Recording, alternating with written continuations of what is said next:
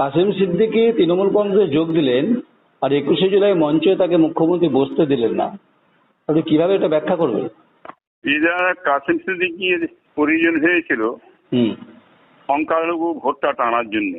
তাকে হাতে পায়ে ধরে নিয়ে যে বুঝিয়ে বাজিয়ে তাকে পার্টির মধ্যে টেনে নিয়েছে। টেনে নিয়ে আজকে ওই মঞ্চে যেমন ফেরার হাকিম সঙ্গে কথাবার্তা বলছে 21 জুলাই, বা ওখানে যেমন কাসেম সিদ্দিকী পীরজাদা যাচ্ছেন, তখন উনি ওনাকে সাইডে সরিয়ে দিলেন এবং তার যে সমস্ত মুখ্যমন্ত্রী সব আর দেহরক্ষী সব ছিলেন তারাও ঠেলে সাইডে দাঁড় করে দিলেন। এর যে সম্মান একটা মালিক দিয়েছে প্রত্যেকেই কম বেশি, একটা ফুরফুরা পীর পীরের আওলাদ, লক্ষ লক্ষ মানুষ তাদের মুখের দিকে তাকিয়ে আছে।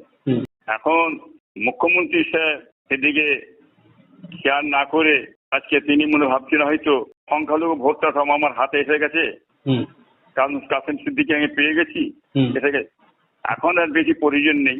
তাকে অসম্মান করে সাইডে সরিয়ে দিলেন, তাকে সম্মান দিলেন না। কিন্তু প্রত্যেক মানুষের সম্মান আছে, এটাকে বাংলার মানুষ ভালো চোখে দেখে না, খারাপ চোখে দেখছে। এটা সেটা বিষয়ে বহু সমালোচনা হচ্ছে মানুষের মধ্যে একটা, বুঝলেন।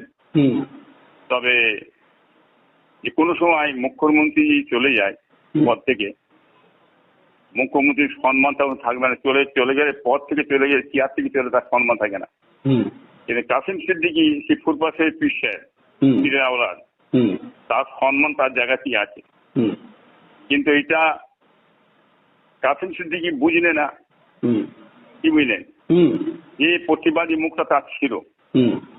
এই প্রতিবাদী মুখটাকে তার বন্ধ করার জন্য এই কৌশল করে আমাদের এই রাজ্য সরকার তাকে টেনে দিয়ে আর তার প্রতিবাদী মুখটা কিছু দিয়ে বসিয়ে দিলেন, এছাড়া অন্য কিছু নয়।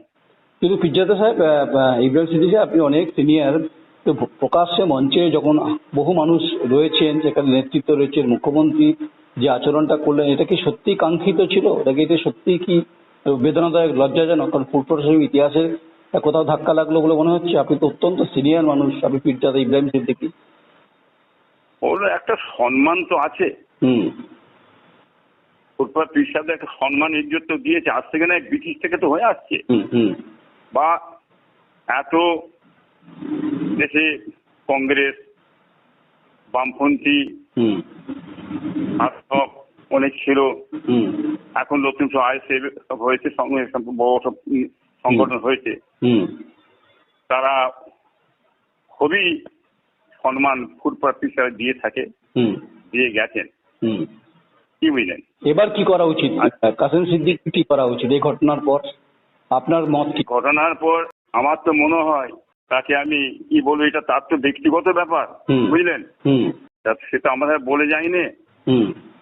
এইখানে যে ঠেকটা পেয়েছে, যে বেইজ্জতিটা হয়েছে, যে অসম্মান হয়েছে, ওর দ্বারাই আমাদের বাড়ির বহুত বংশের একটা অসম্মান, কি বেইজ্জতি। এবার তার একটা চিন্তা ভাবনা করে চলা দরকার আছে, কি বুঝলেন, বুঝলেন না। এটা তার নিজস্ব ব্যাপার, ব্যক্তিগত ব্যাপার, তার নিজস্ব ব্যাপার, আমি কোনো আঘাত দিতে চাই না। কিন্তু আপনাকে কি আঘাত করেছে গোটা ঘটনার পরিপ্রেক্ষিতে? গতকালে ঘটনায় মঞ্চে যেভাবে কাসেম সিদ্দিকী, পীরজাদা কাসেম সিদ্দিকীকে যেভাবে আচরণ করলেন মুখ্যমন্ত্রী, তাতে আপনাকে কি আঘাত দিয়েছে? আপনার কি আঘাত লেগেছে গোটা বিষয়টা? এটা তো বড় দুঃখজনক কথাবার্তা, আমার বংশের সবাইরই দুঃখজনক কথা, আমার জাতির দুঃখজনক কথা, এবং বাংলার মানুষ যারা ফুরফুরা ভক্ত তাদের কাছে এটা দুঃখজনক কথা। এটা যার কারণে মানুষ এটা ভালো চোখে দেখছে না। মানুষ যেন ক্ষমতা এসে যায়, সে তেমন অন্যদিকে খেয়াল করেন না, সে সবসময় উপরে উঠতে চায়, কি বুঝলেন। মমতা ক্ষমতা এসে এখন নিজের মাথাকে ঠিক রাখতে পারছে, মস্তিষ্ক ঠিক রাখতে পারছে না, বা বহুত আচরণ করেছে। আগেও আপনি জানেন, প্রশাসন, পুলিশ ধরে যাতা করেছে, বড় বড় নেতাদের ঘরে এই বস, উল্টো পাল্টা তার ভাষা বলেছেন, যেসব ভাষা বলার মতো নয়। মুখ্যমন্ত্রী হিসাবে তাদের সঙ্গে অনেক মন্ত্রীর সঙ্গে আচরণ খারাপ করেছে, এটাও সেই রকম সেই আচরণ ক্রিমিনাল। শৃঙ্খল হলে ক্রিমিনাল।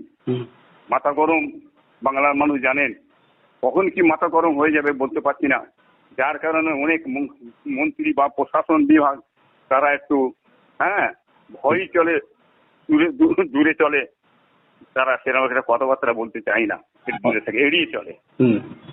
জানেন সেইরকম সেই আচরণ সেই ব্যবহার যা আছে সেটা সে পরিবর্তন হয় না, হবে না কোনোদিন। উনি এই আচরণই করবেন যারা থাকে ভিতরে, এটা বাংলার মানুষ জানে। অনেক অনেক ধন্যবাদ পীরজাদা ইব্রাহিম সিদ্দিকী সাহেব। Thank you, thank you, thank you.